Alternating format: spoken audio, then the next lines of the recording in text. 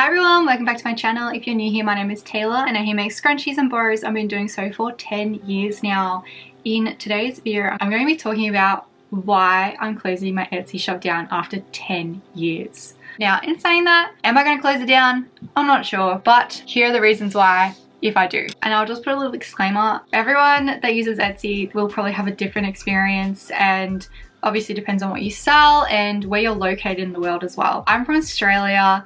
I've been selling scrunchies and hair bows for 10 years now, and I started out with Etsy. I just want to make it really clear that I think Etsy is a great marketplace to sell your handmade goods if you're just starting out. It's got relatively low startup costs. You don't have to pay a monthly website fee like Shopify, so it can be a lot cheaper. And if you don't sell anything, you're not necessarily paying any money unless those listing fees expire, which I think is like 4 months anyway. And it is a relatively low cost. I think it's like 20 cents USD. So it is a very small cost to start up a business and sell your goods on an online marketplace. Etsy differs from Shopify and other website builders like Wix and Squarespace because Etsy has its own marketplace. It lists these items that you're selling.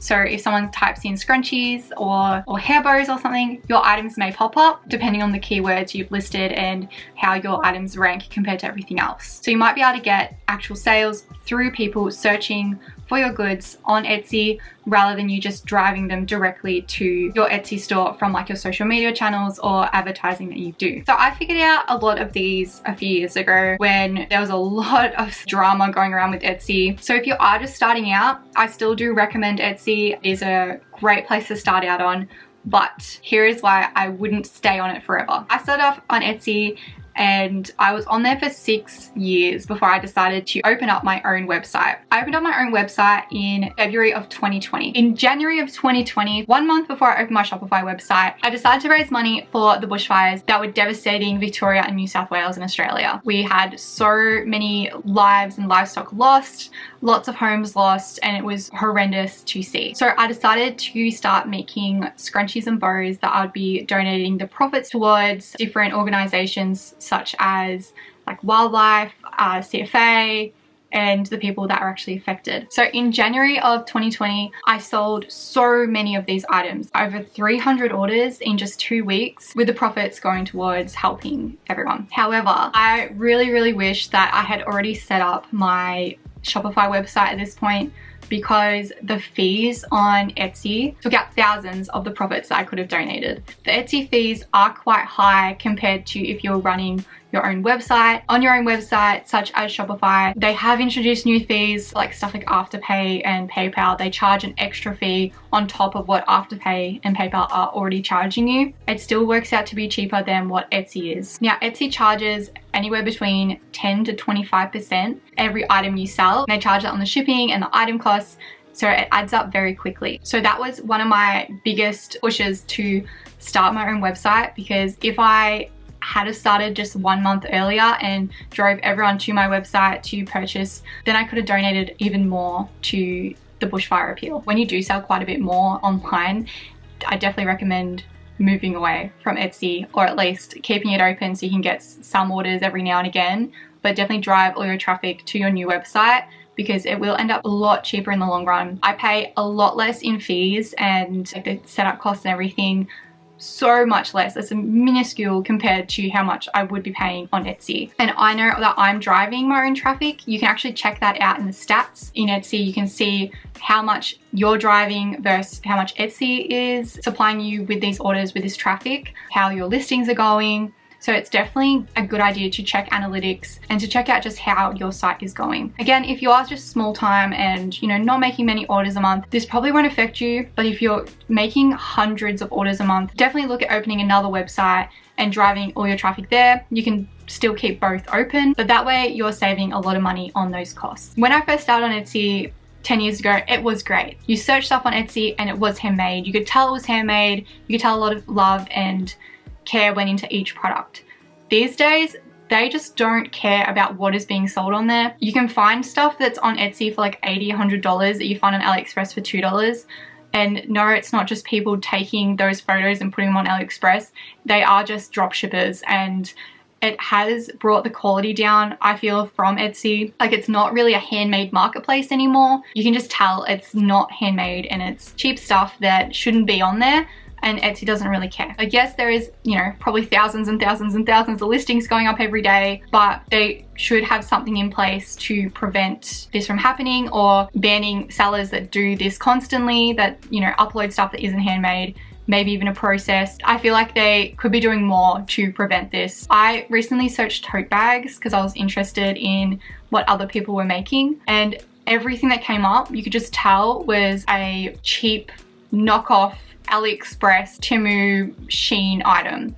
Like, it wasn't anything that was handmade. You had to scroll and scroll and scroll to find something that you knew was handmade. And I think that's just wrong. Etsy is supposed to be for people that are creators and makers and people that do this for a livelihood, not just mass producers that are overseas. And stemming on from that, Etsy prioritizes quick shipping and making, and then also low shipping costs. If you're a maker, you would understand that you can't just have something made up in 3 days and ship it. We're not a big manufacturer company. It's usually just one person in their bedroom making stuff, or they have a small studio where they're creating all their items and just trying to get them out in a timely manner. You get de-ranked in search if you're taking too long to ship, or costs are too high to post items. Like, I get a notification like every time I edit a listing saying your prices are too high, they're way too high for other things that are similar to yours. And I just think that's wrong, that they shouldn't have a say in that. It costs me quite a lot of money to ship items, especially overseas. I can't charge $8 to ship overseas. I can barely charge $8 to ship in Australia. In Australia at the moment, I think a parcel costs like $10.50 or $11 upwards.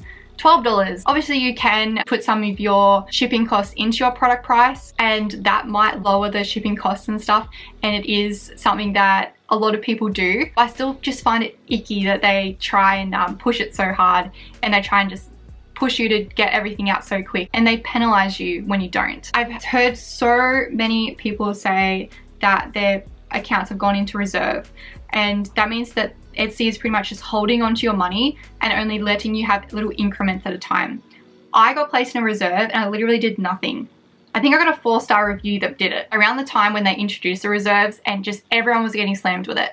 So imagine that you're a business that does this full time, is your full-time income, and then all of your income gets on hold. How are you gonna post your orders? Like, you could have $1,000 worth of orders sitting there in just postage labels alone, and they are not releasing those funds for you to pay. So you got to take that out of something else, like your savings or something. And what if you can't pay that? So yeah, I found that to be really dodgy, that they were doing this to people that didn't deserve it. You know, they were accounts that had been around for a very long time. They had a great track record. You know, they had almost 5-star reviews, like thousands of them, like myself, and they still put us on hold. And it lasted for months. There was a lot of people that had to close their shops because they just couldn't afford to keep going. They couldn't afford to get an order in and post it, because the amount that they were receiving from that order just wasn't enough for the supplies and for the postage costs. So I just find that to be super wrong. I can understand if it was an account that was receiving a lot of orders and they weren't shipping them at all, or like a lot of complaints, but this is happening to people that are on a great track record, have been seller on Etsy for years, and they definitely don't deserve to be on reserve. And following on from that, they just suspend your account without warning, and they just don't care. There's been so many people that I know on chats, on Facebook, and even on just other Etsy videos, that they've had their account suspended without warning, without anything telling them why. I can understand, again, if your account was suspended because you have violated all their terms and like you kept doing it and you've had warnings, but these accounts have done nothing wrong. They didn't get a warning, and usually when they finally can get in contact with Etsy, they say, oh, don't know why that's happened, we'll put your account back. But that could be weeks, because again, leading on, they are not helpful to sellers. They are very quick to reply to buyers, and if you have an issue there, but they are terrible with response to sellers. It is so hard to get in contact with them. It's so hard to speak with them and find out what's going on with your Etsy account. If you're putting in reserve, or if your account is suspended, I've heard so many stories about people just getting a very bland response back saying, your account is suspended, we don't want anything to do with you.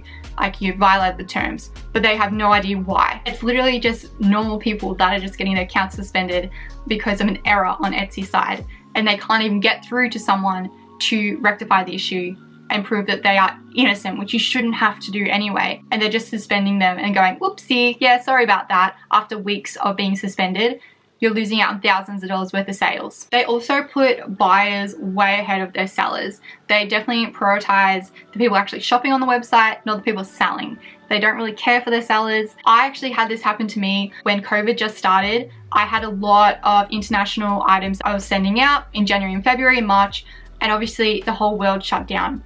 So I had a lot of delays with my parcels and my letters going overseas, and Etsy just was refunding these buyers from my account. They did not care. They're like, nah, don't care that we're in a crisis. We're just going to refund the buyer from your account and leave you out of pocket. I lost hundreds and hundreds of dollars from that alone, from people being impatient and not waiting for their orders to arrive, and it was completely out of my control. I can guarantee you that these buyers received their items. It might have not have been in that week, but it would have been very soon after, which I think is so wrong. Like, okay, if the item is lost, if there's a certain time, like I have a certain time period, like if something doesn't arrive and like the tracking's all messed up, I'll contact Australia Post. Like, I'll go through a process and I'll try and work with the customer as best as I can, and refund them if the item really doesn't, if it's just lost, like I'll refund them. But to have Etsy just come in and refund someone after 2 weeks for an international order is just really wrong, and I really disagree with that business practice. Shipping is out of our control. You also can't opt out of the advertising. So I mentioned before that Etsy charges between 10 to 25% per sale, and the 25% is from advertising that they do. It's called offsite advertising, although at least the last time I checked into it, I couldn't opt out. Once you hit over like a certain amount, you can't opt out and you can't do anything about it. So any orders that come in, that massive chunk, like 1/4 of your money is being taken from that ad. Now, some people might find this like a good thing that your product is being advertised, but I know for certain that I've actually had customers that have contacted me through Instagram, told me they found me through Instagram, purchased from my Etsy site, and I've gotten charged an offsite ad fee. Tell me why. So they've obviously clicked on like a link that maybe when they search my website or something, how that comes up with the couple sponsored links up the top, advertising, they've probably clicked on that to find the listing that I've custom made for them. Like, they haven't just found me through Etsy, they've found me on Instagram, and I actually have asked them before just to clarify. I think that can be like really dodgy as well. I don't like that only for that reason. I'd rather direct my customers to my website and not get charged a massive chunk. Like, fair enough if they actually did find my stuff through Etsy's advertising, fair enough, fair game, but I have had experiences where they haven't. I still get charged that 25%. Okay, they're just some of the reasons why I think in 2024, if you have a business that is selling quite a lot of items and you probably do this full time, or even if you do this part time, I would not put all your eggs in Etsy's basket. Always have multiple revenue streams, always have different things in different places, just in case one of them just tips over. You don't want to be stuck, shortchanged, and stressing about how you're going to, pay for your mortgage, or how you're going to pay for rent, how you're gonna put food on the table. Anyway, let me know what you guys think about this list that I've made. For now, I probably will just keep Etsy open because it isn't costing me much to run, because I'm only getting 1 or 2 orders on there maybe a week. It's very low cost for me and low stress. But if they suspend my account, or if they put me into another reserve, I'll probably just end up shutting it down because I just can't be bothered dealing with them anymore. I've literally just left it open these last 3 years just to have those trickles come through, and to deal with like UK buyers, like because they have like the VAT and stuff. Etsy can deal with that. There is a lot of great things about Etsy, but I definitely wouldn't recommend them if you are getting bigger and you are driving a lot of traffic. Definitely go create your own website. I do have a link in my bio below for Shopify. You can go click on that one. Very relatively low cost, especially if you have more like 50 orders a month, even like 20 orders a month.